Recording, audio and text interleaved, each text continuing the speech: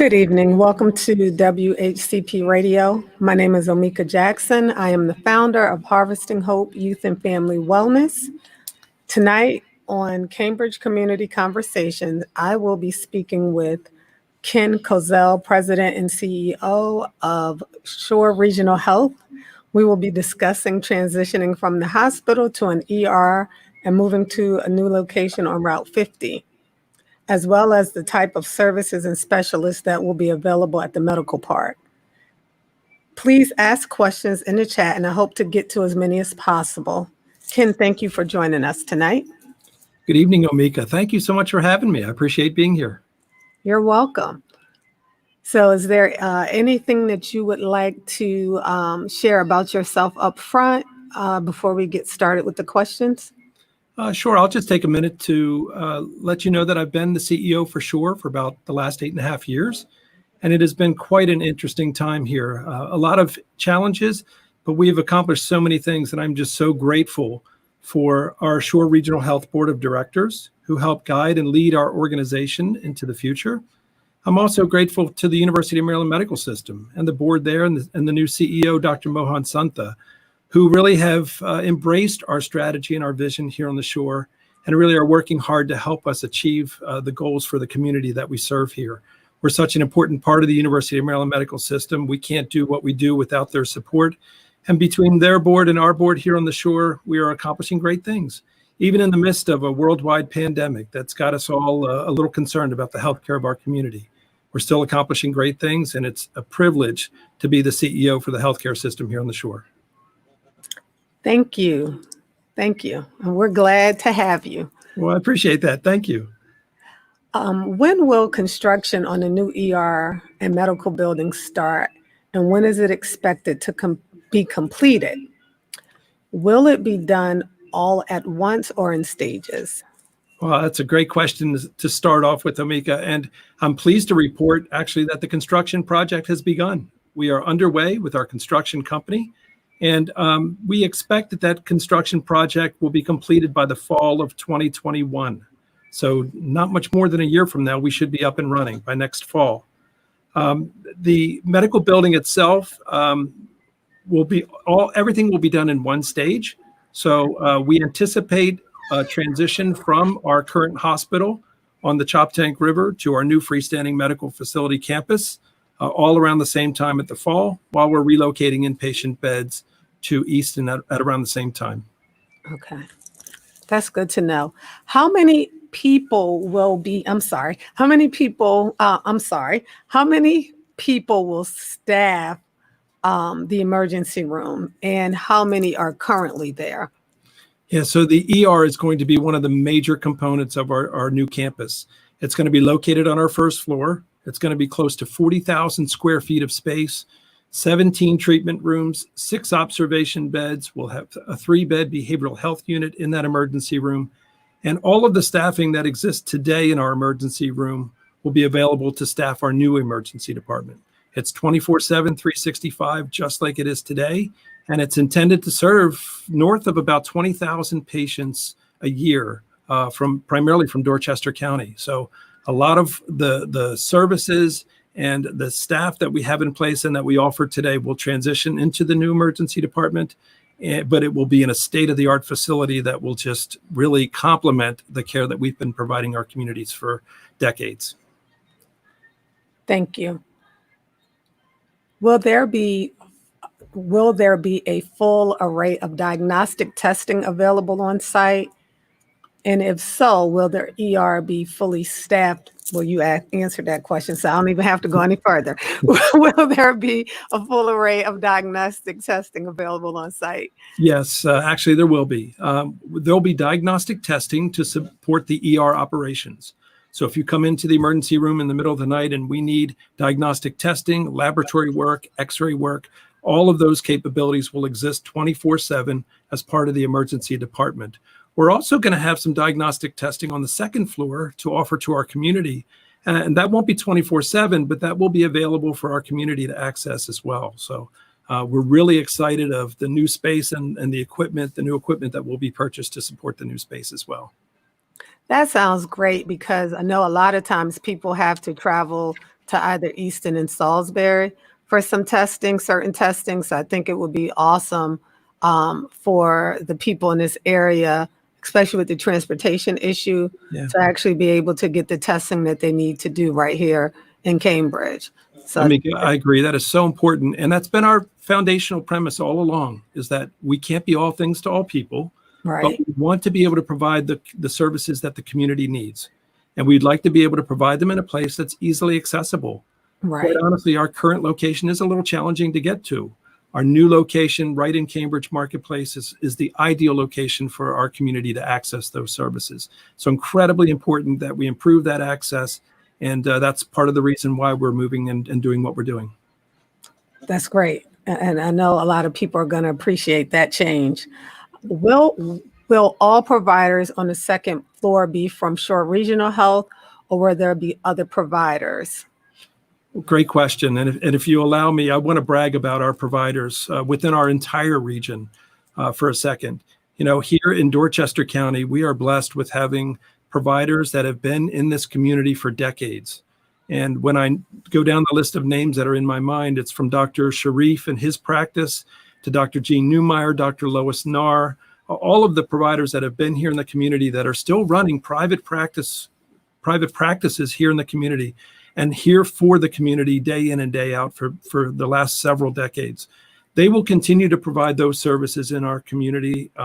And what we will try to do as Shore Regional Health is complement the gap in provider coverage by having our providers on the second floor. So in direct answer to your question, the providers that will be on the second floor of our medical office building will mostly be Shore Regional Health providers, but they will complement those services that aren't or don't exist in the community today that's available for our community that is needed here locally. So all Shore Regional Health, but complementing the providers that exist in our community today.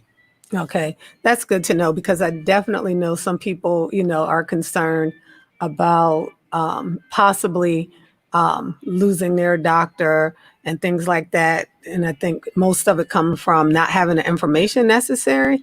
Right. But this is why we're having this conversation.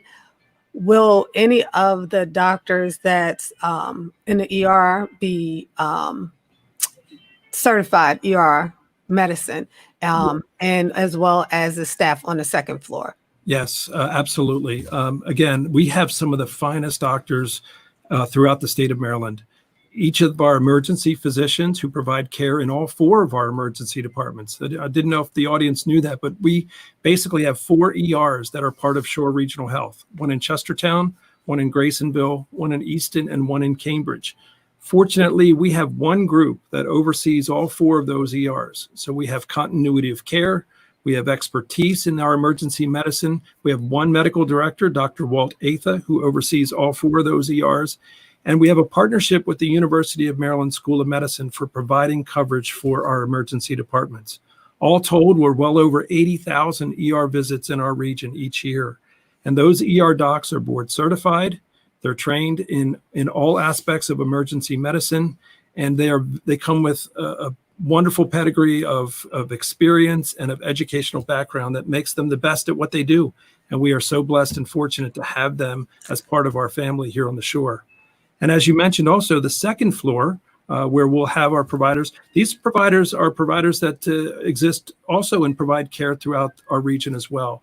They are certified in their area of expertise. That most have decades of experience in the field that they excel in, and all are extremely capable of providing great care for our region. So if you ask me honestly, they're one of the cornerstones, one of the 4 pieces of the important puzzle that we have in place that really ensures that we're doing the best for our community possible, is the outstanding providers that's part of Shore Regional Health. And in the case of Dorchester County, the providers that are part of the communities in their private practice as well.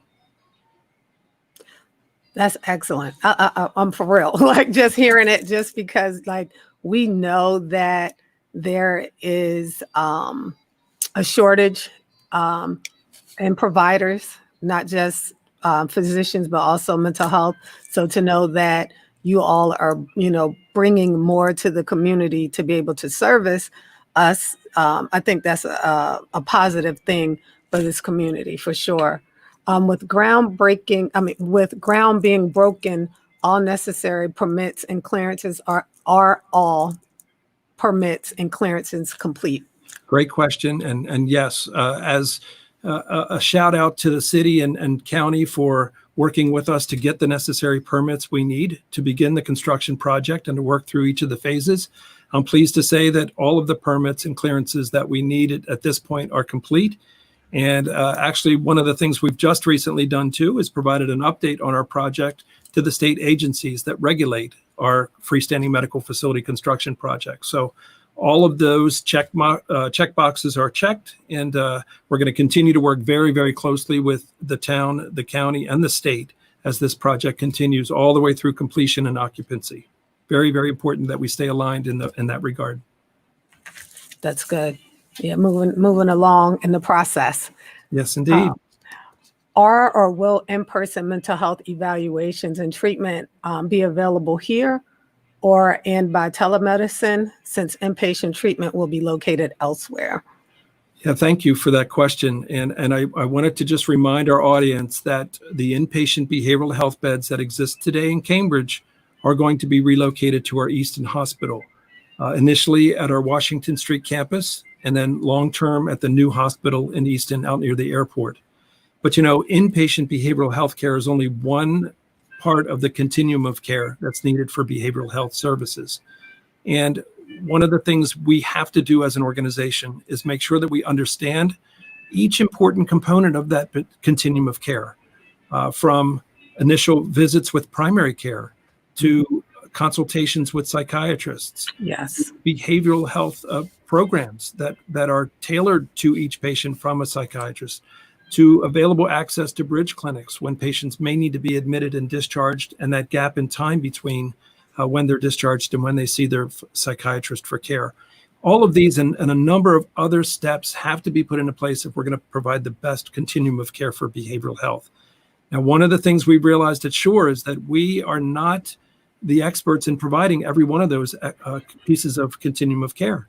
We've got to rely on our community partners to help us identify what each step needs to be and what it needs to look like, and then support their efforts so that we collectively provide that continuum of care for our patients. So when I talk about bridge clinics and intensive outpatient programs, those are things that we'll partner with our community on to make sure that we've got the right providers, we've got the right care plans, and we've got the right connectivity so that our patients ultimately get the best care possible. Yes. Yeah.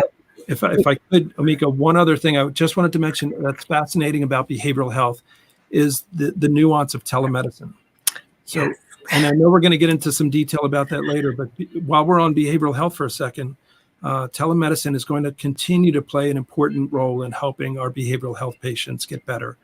Yes. It's access that's critical at certain times and in certain ways that has to be in place.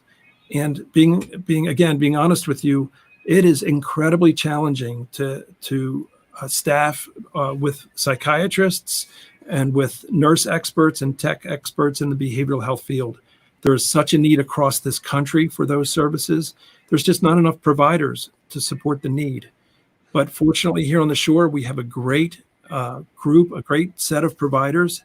We have a great community that's engaged in this process, and we've got technology that may be able to help fill this gap. So I'm incredibly pleased with our collaborative efforts throughout the region. Mm-hmm. Excited about what the future could look like as we enhance those services here in Dorchester County and also through the 5 counties of the Shore, but also being creative with telemedicine capabilities to help bridge those gaps. Yes, because we are definitely in need. A follow-up, you had mentioned the bridge program, and I know you guys currently have that. Will that be a program that will be continuing in this area? Yes, we expect both the bridge clinic and the intensive outpatient program to stay in this area. But we're also looking at how we can expand those services elsewhere in our 5-county region, because just as there's a need in Dorchester County, there's a need in all 4 of our other counties in the Midshore. I could imagine. With the behavioral health piece, will you all also be vetting any psychiatrists and anyone specializing in child and adolescent psychiatry? Yeah, that's a great question. And just like I talked about shortages of providers, that is one area within the behavioral health service line that is incredibly short of providers.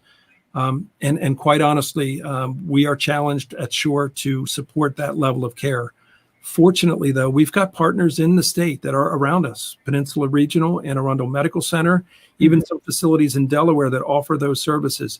Now, I know they're not in our backyard, but having access to those services, at least close by within our region, is really important, because with behavioral health, as I mentioned, it's important that we can't do it all. We don't have enough resources. We don't have enough providers to help, and we've got to really reach out and collaborate with our partners.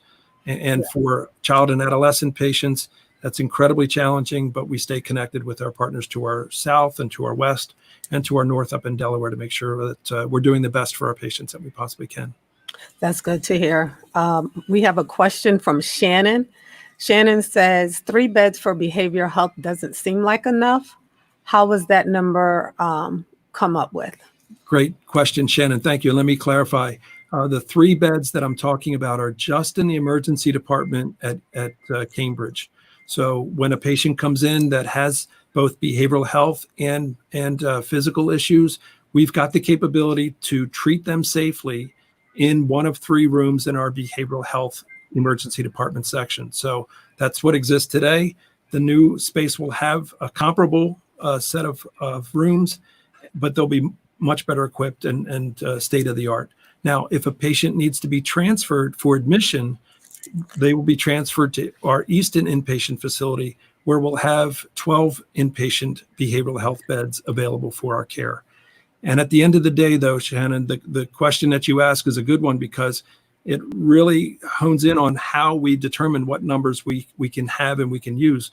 And all of the numbers that I mentioned, the 17 treatment rooms in our emergency department, the 6 observation beds, the 3 behavioral health emergency treatment rooms, the 12 inpatient beds in our East that will get transferred to our Easton facility. All of those numbers are defined and approved by our state agencies. They're not going to let us build any more or any less than the projections say we need. We work with them to fine tune that and get to what we believe is the right need for our community. And then we get the permission and to build to that standard. So it's all state driven. It's all collaboratively assessed and defined with the state. And once we get those numbers clearly defined, then that's what we're allowed to build.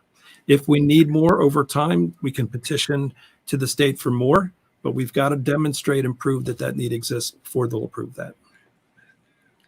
That's a great answer. With the county being so rural and transportation being limited for some, do you anticipate more use of home-based care? And if so, what might that look like? Yeah, that's another great question. And, transportation is a challenge on the Shore. And but one of the things that we learned from COVID, and COVID has several silver linings for healthcare. But one of the things that we learned is that, today it's COVID-19. Who knows what the future may hold?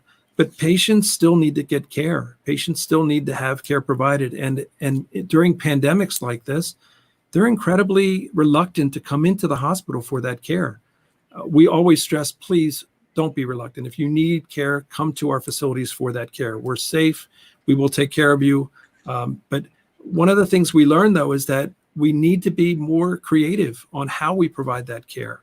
And home-based care is possibly one of those solutions that complement things like telemedicine, so we can provide great care for our patients in our communities when needed. And COVID, again, was a great light that was shined on that, because now we know that there are some things that we can treat with our patients at home. And if we complement that with some technology, we can expand that over time. So today we've got some home-based care systems in place. We've got a home care division that's part of Shore that will go to your home and treat you once you've been discharged from the hospital. We also have other means of going to patients' homes that to do self-inspections, to just make sure that the home is a safe environment for our patients. Our case management team gets very involved with our patients who are discharged to home to make sure that they're getting the care and the treatment that they need. A lot of that is done over the phone. A lot of that is now virtual visits because of our technology and our advances. But I envision a time where technology is going to allow us to monitor a lot of our patients at home for a lot of different reasons, from temperature to weight to blood pressure to just overall feeling, and then use telemedicine to connect with our patients. So it's an important part of our continuum. It's growing every single day because population health is our focus and wellness is our focus now. So having home-based care and home-based capabilities is really going to expand over time. And COVID really helped us understand and appreciate how important that is. And really that's helped us expedite how we provide that care. Yeah, it has also in the behavioral health field as well. Follow-up for me for that is I know that we have a large senior population, and the telehealth would definitely be able to assist with getting them the care that they need. Will you all have anyone that specializes in geriatric care, medicine, behavioral health for the geriatric community population? Another great question and another great challenge with healthcare in general. Again, when I look across the country and I talk to my colleagues who run hospitals across the country, it's geriatric care and it's behavioral health care that's challenging for most of us. Geriatric care, though, can be improved because our providers that exist in our community have a lot of that experience already in place. And again, back to Dorchester County specifically, our community providers that have their own private practices have expertise with regard to geriatric care. And our providers and our specialists that will either occupy time and space in our medical office building here in Cambridge, or will be connecting with our patients through telemedicine, also have some expertise with regard to caring for geriatric patients. But geriatricians and people with highly specialized experience and training with geriatric care are very hard to find. We're going to continue to search for those providers on our community, but as you can imagine, again, that's a 5-county need here at Shore, and we've got to figure out how to tap into those resources and be able to share them throughout the 5 counties we serve. And honestly, that may be another answer where telemedicine could play a key part, because as you said, Omika, you can treat patients at home in many cases and treat elderly at home. And I think when you complement that with other skilled providers that live locally, you can meet the patient care needs that way. So again, just an exciting time to be able to use technology and our diverse workforce to help meet the needs of the diverse population that we serve. Yes, it is. It is. What areas of health are most challenging? And I think we kind of touched on that. What areas of health are the most challenging in Dorchester County, and where do you expect Shore Regional Health to focus its efforts here? Heart disease, diabetes, any other concerns? Yeah, let me take a step back for a second. I think the biggest challenge for us before we decided on the future direction for Dorchester County and Cambridge was really how do we bring our facilities up to the standard of care that our team members are currently providing every day. For our listening audience, I don't know how many have been in our hospital or how many have been in our emergency department, but I think you'll experience 2 things. The first is outstanding care provided by our team. Our team is so phenomenal. They do things that are patient-centered. They provide great care. And at the end of the day, it's really our community members caring for our community right here in Dorchester County. But what we've realized over time is that the facilities that we're operating in are just not comparable to the level of care that we're providing, and quite honestly, not up to the standards that we have for ourselves as Shore Regional Health. The biggest challenge we had was getting all of the strategy and the vision established for Shore, for Dorchester County and Cambridge, getting all the approvals, and that starts with the Shore board, that goes up to the CEO and the board, and then ultimately the state agencies to figure out how we can do this. We've accomplished that, and that is a significant feat to accomplish. But quite honestly, that was one of the easier parts. The bigger challenge is how do we address the community's health needs? And fortunately, provider recruitment is something that's going to continue for us. So we have the providers and resources we need to do that. Technology, again, is going to play an important part in closing those gaps. Partnerships are incredibly important with our community partners because we are not the sole healthcare provider in this region. We've got partners in every aspect of what we do. We need to tap into that partnership and make sure that we're capitalizing on each other's strengths and working collaboratively together. But then taking the plane down a little bit, Omika, we recognize that Dorchester County has some very unique needs. And you've named a few on the question, and that is, things like diabetes, things like, cancer, things like heart disease, behavioral health issues. Those are all things that are unique to Cambridge and Dorchester County and the Midshore, quite honestly, and things that we really need to address. And by providing the technology, access to the specialists and the primary care providers who can help identify these challenges early on, by providing screening testing early on so we can catch these illnesses and ailments early, and then providing that support from primary care to specialists to medications and screenings to home visits are the steps in the puzzle or path to the solution to caring for our patients. Fortunately, too, we do a needs assessment each year, and that needs assessment that's done yearly, but really a report is generated every 3 years, really helps us determine what our strategies are, what our needs are for the community. And we use that as the roadmap for our success. And that's where things like obesity, diabetes, cancer, cardiac issues, behavioral health issues really rise to the top. That's a lot to take in, and I hope the listeners and those who are watching are, taking down the information that you're given. And so when a conversation come up with a family member or a friend, they kind of have some information to provide that's coming from you to help address some of probably the fear or concern that the community have. We have a question from Ken Smith. His question is Shore Regional Health a for-profit organization? And what is the relationship with the University of Maryland? Great question, Ken. And you look a lot like David Letterman. So I don't know if you're his twin, but great question. Shore Regional Health is a not-for-profit organization. We're a 501c3 not-for-profit organization.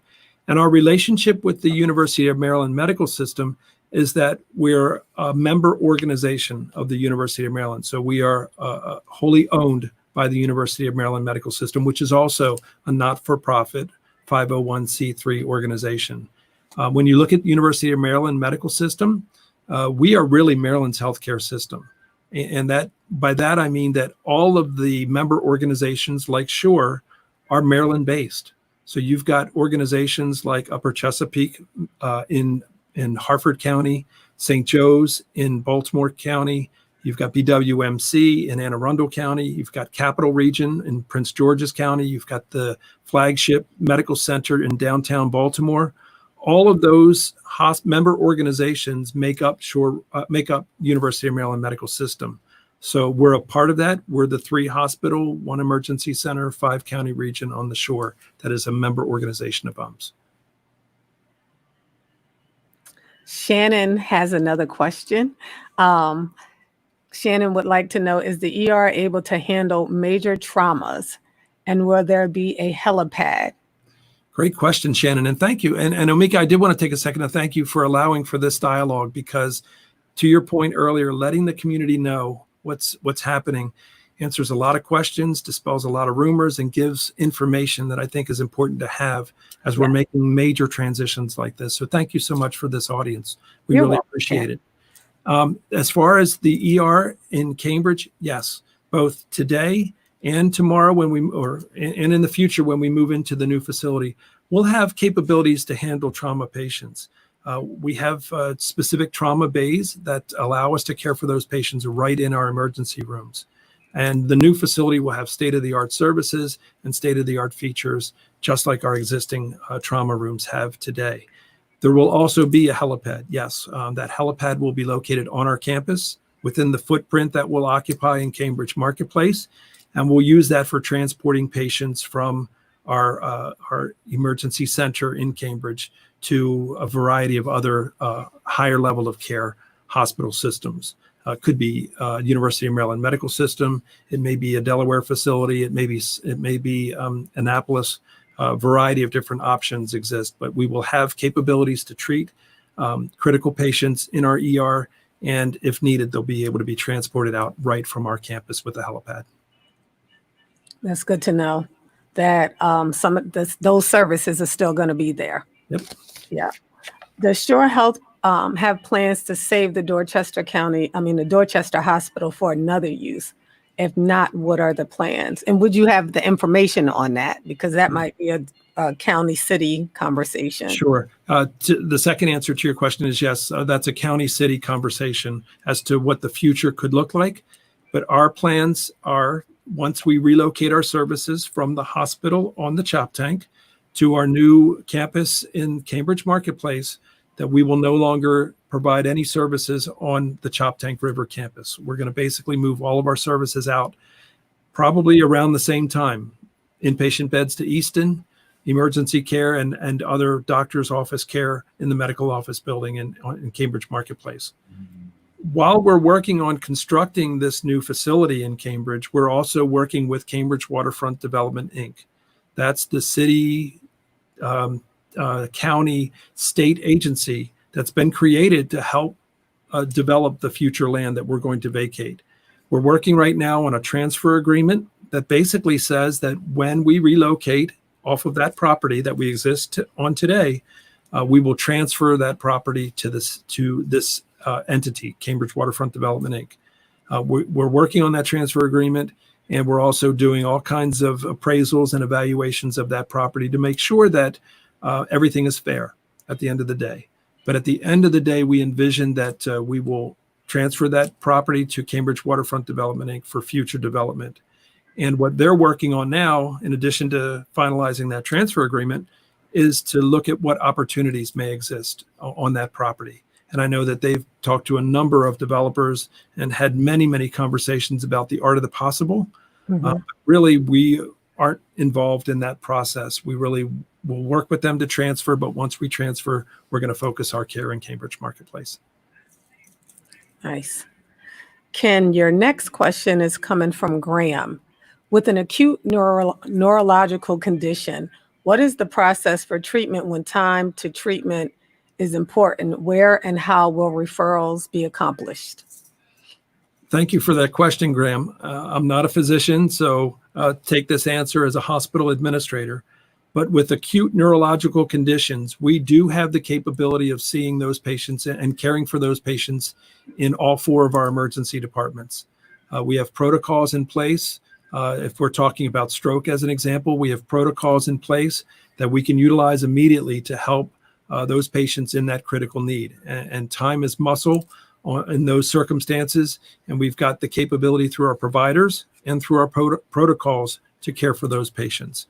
We also are fortunate on the shore in that we have a regional stroke center in Easton. So if needed, those patients would get transferred to the center 15 miles from Cambridge to have expert care in a regionally accredited stroke center. So we complement each other in that way with local care accessible locally, but then regional care here in this case at Easton to care for those neurological conditions. Ken, the next question is, we are seeing an increase of COVID cases again lately in the news. Are you anticipating a resurgence here on the Eastern Shore? And if so, what preparations are you making here?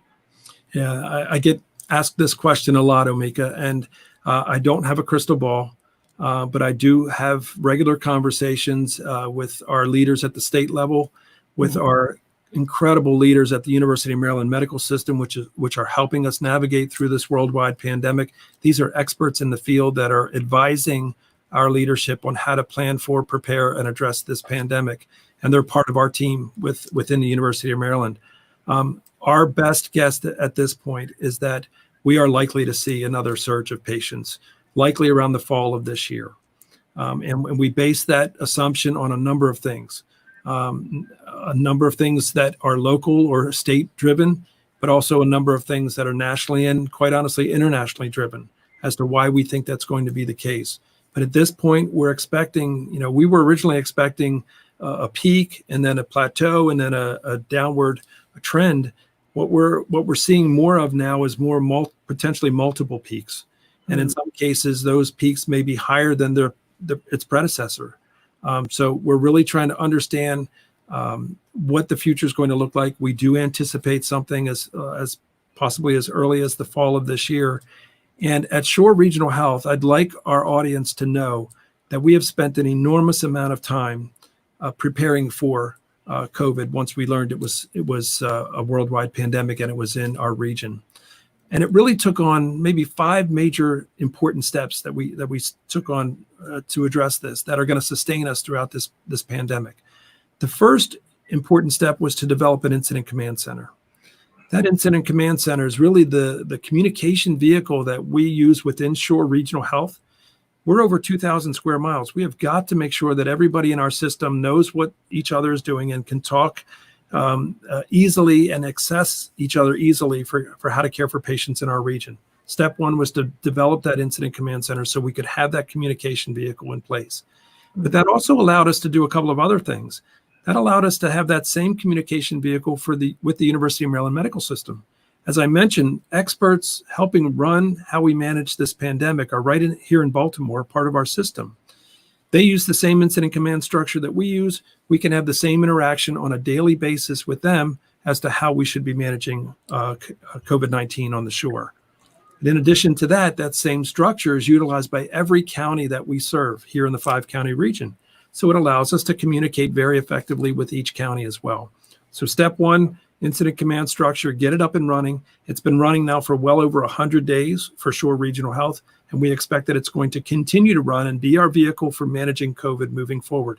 Whether or not we have single digits in our inpatient beds to 30 plus patients in our inpatient beds, it doesn't matter. That command center is going to be open and it's going to treat those patients every single day to help us treat those. Step 1. Step 2 was really understanding what our capabilities are. And the governor laid down some guidelines in the very beginning of this and said, we needed to be able to get to double our inpatient occupancy and quadruple our ICU capabilities. ICU is short for intensive care unit. That's where our sickest patients go in the hospital system. And at Shore, we took that to heart. We were able, by looking at our buildings, looking at our plans, looking at our capabilities, we were able to double our inpatient occupancy and quadruple our ICU capabilities. So that was step 2, is to have the capacity to be able to surge up to what we think we may have to get to at some point.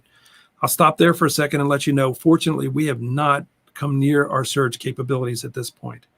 Not to say we may not need to get there in the future, but our governor, our local elected officials are doing an incredible job at helping us manage this effectively.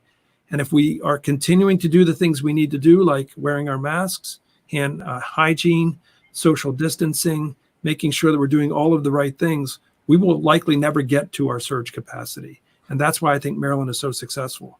But having the incident command structure set up, understanding our surge capabilities was the second thing.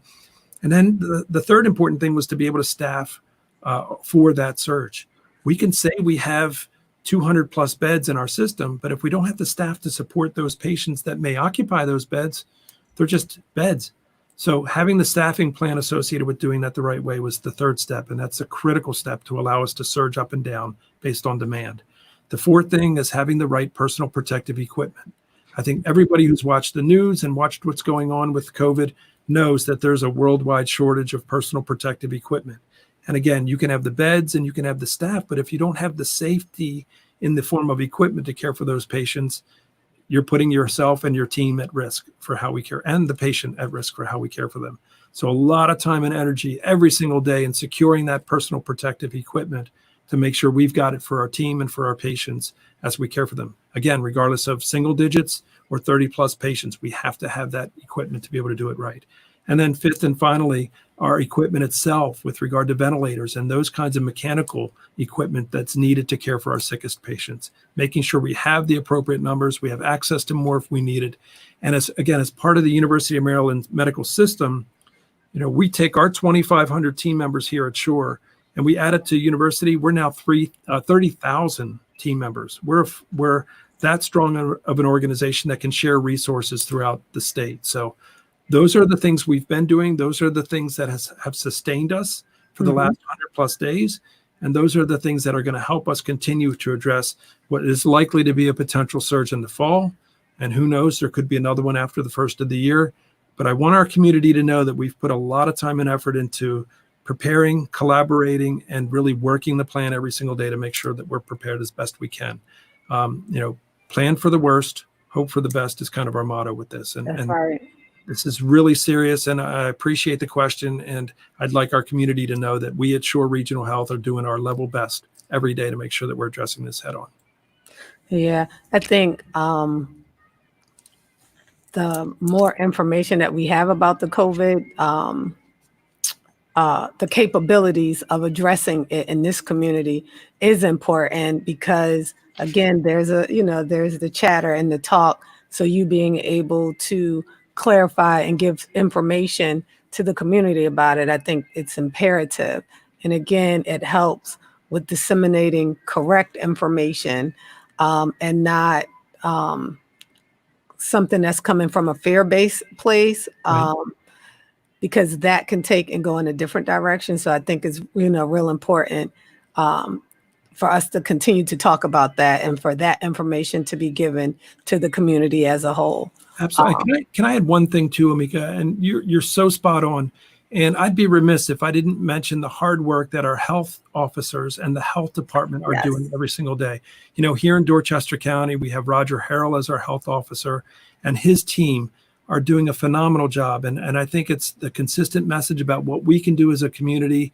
It's making sure that we are able to test our community where appropriate. It's tracing those patients that test positive to make sure that we understand how to contain this virus and make sure that it doesn't spread. All of that work that's being done behind the scenes by our health departments throughout the Midshore region is so important because that is helping control the number of patients that come to our hospital and come to our emergency department. So it's a collective effort. It's a team effort. But I just wanted to give a shout out to our health departments and Roger Harrell and his team specifically here in Dorchester County, because the work that they're doing is so important to our continued success. And it does take all of us to make it work. So to mention that. Yeah. Roger is a great guy. Roger and Angela. Love them both. Yes, indeed. Real great people. Absolutely. Ken, the next question is on COVID. There appears to be a greater use of the internet and virtual medical appointments with COVID. Are you seeing that, and will this be available to access specialists here in the future? Short answer to that question is yes and yes. COVID has really accelerated our use of telemedicine and virtual visits. It has proven to us that it will work. On the shore, quite honestly, before COVID, many of our providers were reluctant to get engaged in the telemedicine world and have teleconsults instead of the face-to-face visits that they've been accustomed to.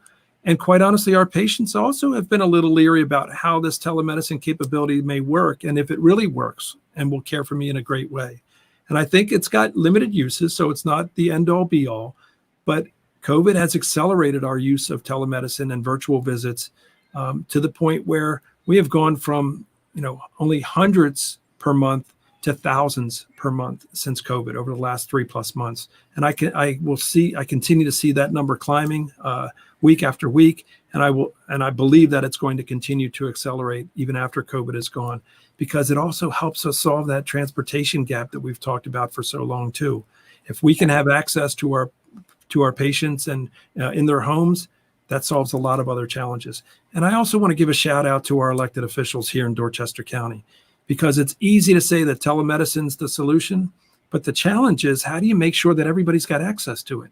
Right. Because broadband has to be in place, and it's got to be the last mile for us to achieve some of the things that we need to do from a healthcare perspective, that the school system needs to do from an education perspective. Mm-hmm. It all ties in together. And if we don't have leaders like we have here in the Midshore and in Dorchester County saying it's important, we've got to prioritize it, we need funding to get to that last mile, it would never work. And they fortunately have taken that head on, and it's produced great results in the form of funding. And it's going to allow us that accessibility that we need for healthcare and likely for a lot of other things that's going to make our community the place to be and a more healthier community that we serve. I would agree, Ken. I agree with that. Ken, are you having fun, Amika? Because I am having a blast. I hope Great. I'm glad. Okay. The next question comes from Tara. She says, does this facility create jobs for additional local community members? That's a good question, Tara. Yes, it is. And thank you for asking that, Tara. And thanks for listening in. The facility itself has a number of employment opportunities. And when you take a step back, I want our community to know that, Shore Regional Health is a community of, again, our community taking care of each other. Most of the people that we hire within Shore Regional Health live in our communities. I'd venture to say that 95% of the people that we employ come from the 5 counties that we serve. And that's going to continue. I see that continuing over time. And some of the ways we're ensuring that that continues is by partnering with our educational systems, by making sure that we're connected with our high schools and our elementary schools, quite honestly, starting earlier, getting our elementary schools engaged with healthcare, getting our secondary schools engaged, high schools, working closely with Chesapeake College as our regional college system so that we can train our local community for jobs in the healthcare field.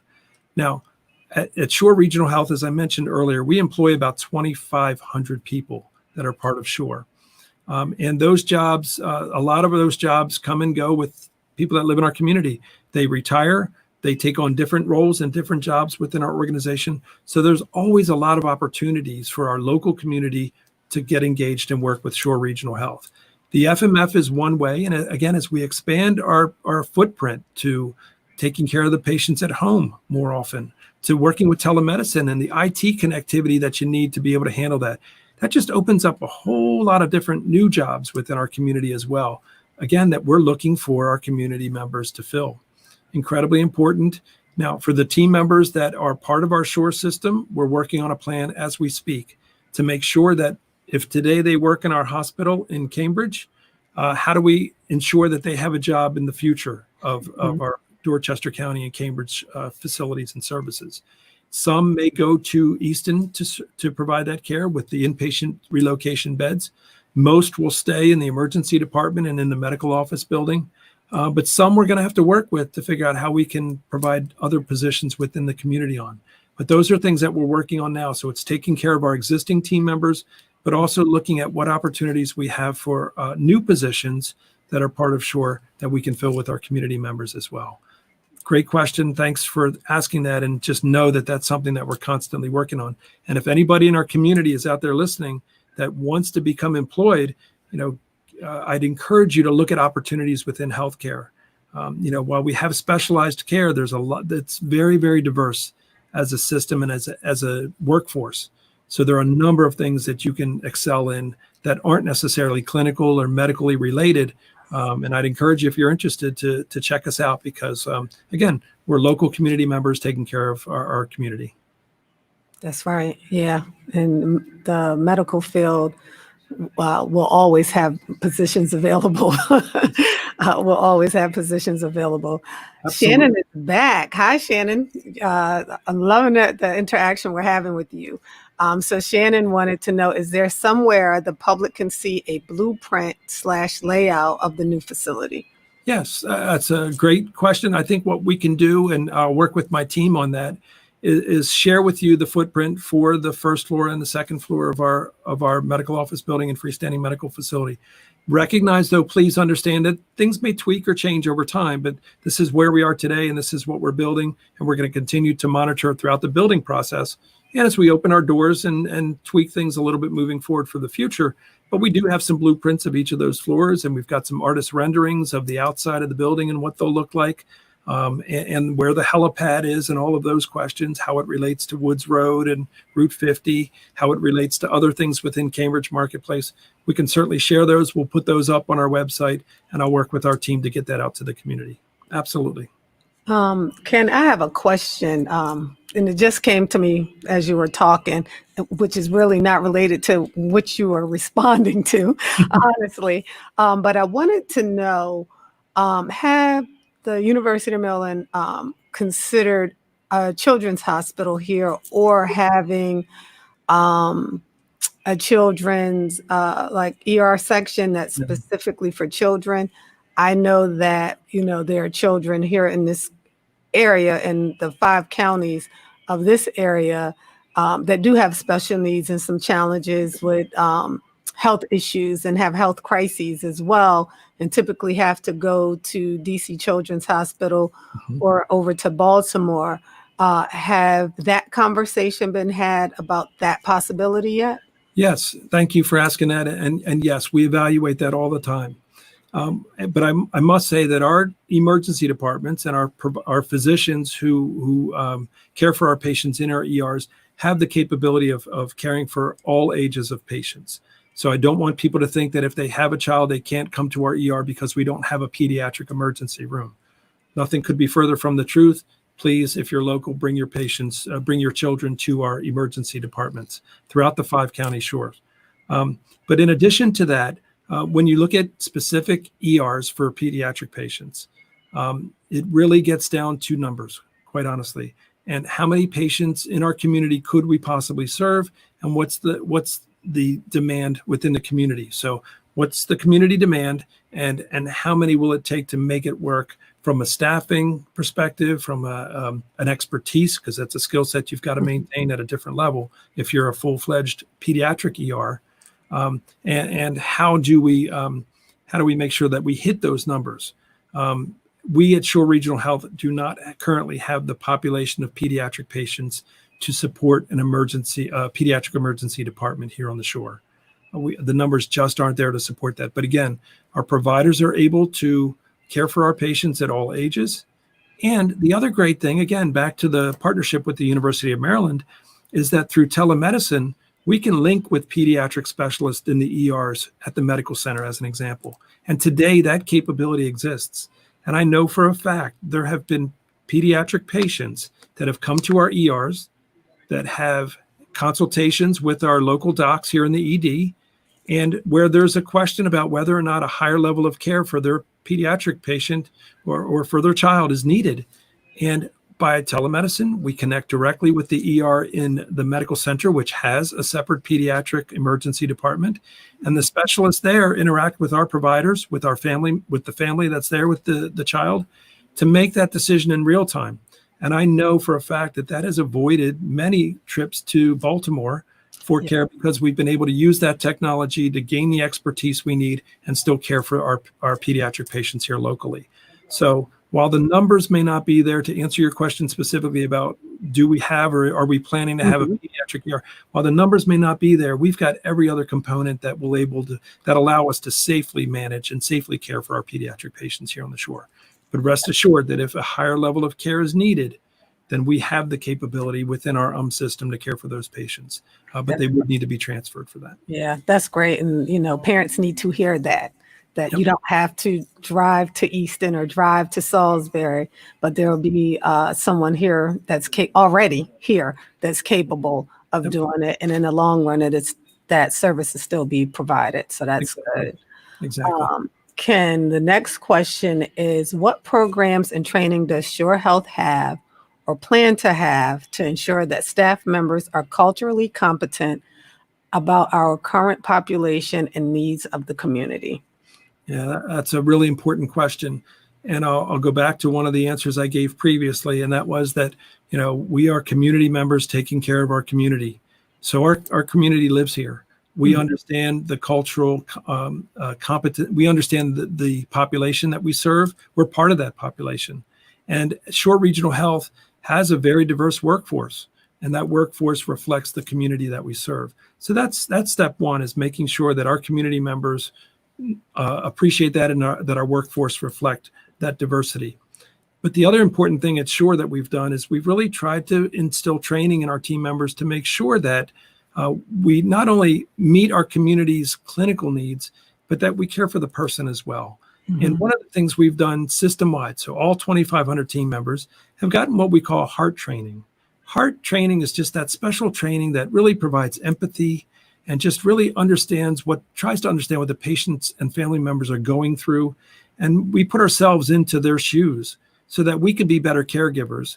We can communicate more effectively. We can understand and empathize with what the families are going through, and provide not only great clinical care, but great people care, if you will, great heart care from the heart.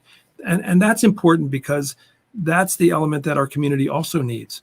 It's understanding our diversities and our nuances, and we've addressed that, but also it's that heart care as well, and that compassion. So complementing the two things at Shore is what we try to do to ensure that all of our team members at any level of our organization have that training.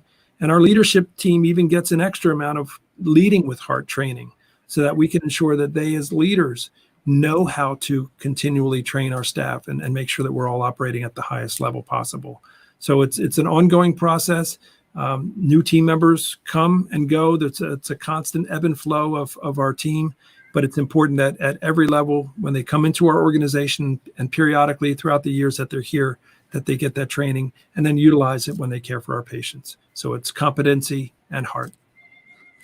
That's good. Bedside manners go a long way. Well, it's so important. And it really reflects the values that we have as an organization. And when you can focus on that and our values come through of respect, integrity, teamwork, excellence, and service, I think that's the recipe for our success. Clinical, great competency clinically, combine that with values and heart training. I think that's what puts us above and beyond the rest. Yeah, I would agree. I believe this is going to be our last question, depending on how long it takes. So, Ken, recently conversations about racial health care inequities have arisen. How do you ensure and plan to ensure quality and equitable care for all patients? Yeah, thank you for that question. It is so important that I think our audience and our communities understand that while we are a healthcare system and we provide healthcare to our community, and I'm a CEO for a healthcare system, I also see myself and see my responsibilities as a leader in the community. And I need to do my level best to make sure that things like health equity, the equity of health that we provide to our community is fair and equitable for everybody. And that I, as a leader of the organization, make decisions that promote that. And they could be as important as who we hire in our workforce, to make sure that we have a diverse workforce, to make sure that we get the training that we need to work well with each other as a team and to interact well with our patients, but also to make sure that we as leaders are demonstrating how to do things the right way. How are we promoting our leadership teams within our system? Are we choosing our leaders from a diverse perspective? Are we ensuring that we understand the needs of our community and addressing those needs head on? Are we getting the essential training that needs to be put into place to be the best that we can be? And then again, I go back to our role and responsibility with the University of Maryland Medical System. You know, I talk about 2,500 team members, 2,000 square miles, 5 counties. But with UMS, we're statewide. We're 30,000 team members. We're all over the place. And that really elevates our level of responsibility. So fortunately, we have a leader at the University of Maryland Medical System, Dr. Mohan Santha, who just started as our new CEO back in December of last year. Dr. Santha recognizes that we have a responsibility with regard to caring for our community and really addressing racial disparities and health inequities in our community. And to that point, he has challenged our entire organization in a very short period of time to focus on 4 major areas that will help us improve in this regard. And the first is equity in patient care, making sure that our patients have equal access and that the decisions we're making promote that. So things like where we put our new facility. Does it improve access to our community, or does it make it harder for our community to access? Those are important decisions that we make that ultimately lead to how well our community gets the care that they need. Are we reaching out to our community in our vulnerable areas of our population to make sure that we understand what their needs are, their fears are with how we provide healthcare, and that we're addressing those needs and fears directly head on? Because guess what? If we don't, then bad outcomes may happen to the patients to the community from a healthcare perspective, or we see them at their worst then when they come into into our emergency departments, and it's too late because the care that they could have gotten wasn't available, or they couldn't access it or didn't feel comfortable to access it. So it's really equity in patient care is important. The workforce is the second area he wants us to focus on, and that's really creating access to employment, and that diverse employment, regardless of what level in our organization, from CEO to security officer to provider that's providing clinical care. We need to be diverse and have a diverse workforce that reflects the community we serve. The other big thing he wants us to focus on is our external partners. How are we doing with connecting with our external partners to make sure that the decisions we're making there are purposeful, and they're strategic because they benefit the community that we serve as well.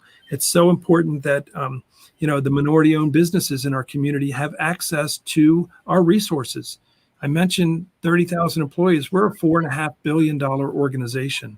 That provides a lot of resources to our communities that we serve. Are we choosing those decisions appropriately? And are we benefiting those minority and women-owned businesses within the communities we serve? And then the fourth is the corporate and social economic justice. Identifying and inventing those partnerships outside of our system, like the things you do, Amika, with your company, making sure that we're connected with partners like you so that we can address the inequities that exist in our community. Not hiding from it, not running from it, but identifying it, stepping out in front and say we have a leadership responsibility, and then making these kinds of calculated decisions to help address those issues, hit them head on, and really improve our community together with the work that we do together. Yes, that sounds like a great plan. It does, and necessary, necessary. And I think we all need to understand the impact that it has. It is Minority Mental Health Month, Awareness Month, and I think people definitely need to understand the impact of somatic health and mental health, and how they play off of each other. And I know, like you said, you're not a medical doctor, but you are a CEO of a hospital. Can you kind of talk to that, especially with the impact of COVID? Have you seen a rise in either somatic health issues due to the compounded of the behavior health, or the opposite? I think we have seen the rise that you're mentioning. And I think it's because of, in some cases, fear of accessing the healthcare system during this pandemic. In other cases, it may be that we don't have the system in place necessarily to meet those needs immediately when they're being met. But again, I think a lot of that gets down to understanding all of the community partners that exist, the levels of services that they provide, and how we can make sure our community is aware of those services and knows how to reach them and access them when needed. And this is a perfect vehicle to help us do that, at least from the hospital side. And again, I want to thank you so much for the work that you do on a daily basis for the community, but also for allowing for this medium for us to share our story, to update our community about the great things that are going on here at Shore Regional, the great team that we have that's providing great care, both in the normal circumstance of healthcare, but also in a worldwide pandemic, and still working on realizing the vision and the strategy we've got for the new generation of healthcare in Dorchester County. It is such a challenging time, but it's such an exciting time. And we're just so grateful for this opportunity to share this information.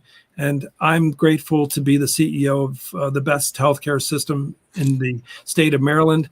And I just am so grateful for all of the team that we've got that makes it happen every single day. Ken, I want to thank you for coming in and agreeing to have the dialogue and sharing the information that you just did with us, and answering the questions from community members, especially direct questions for community members. We want to thank everybody else who either submitted a question, who watched online via Facebook and YouTube. We'd like to see you back on July 15th, which is the next Cambridge Community Conversation with Mr. Dave Brumwell. He'll be the guest, and Dr. Teresa Stafford will be the host. So we look forward to seeing you all then. Please submit your questions prior or during the interview with Dr. Stafford and Mr. Brumwell. And thank you again, WHCP, for the opportunity to have these community conversations. Thank you, Amika.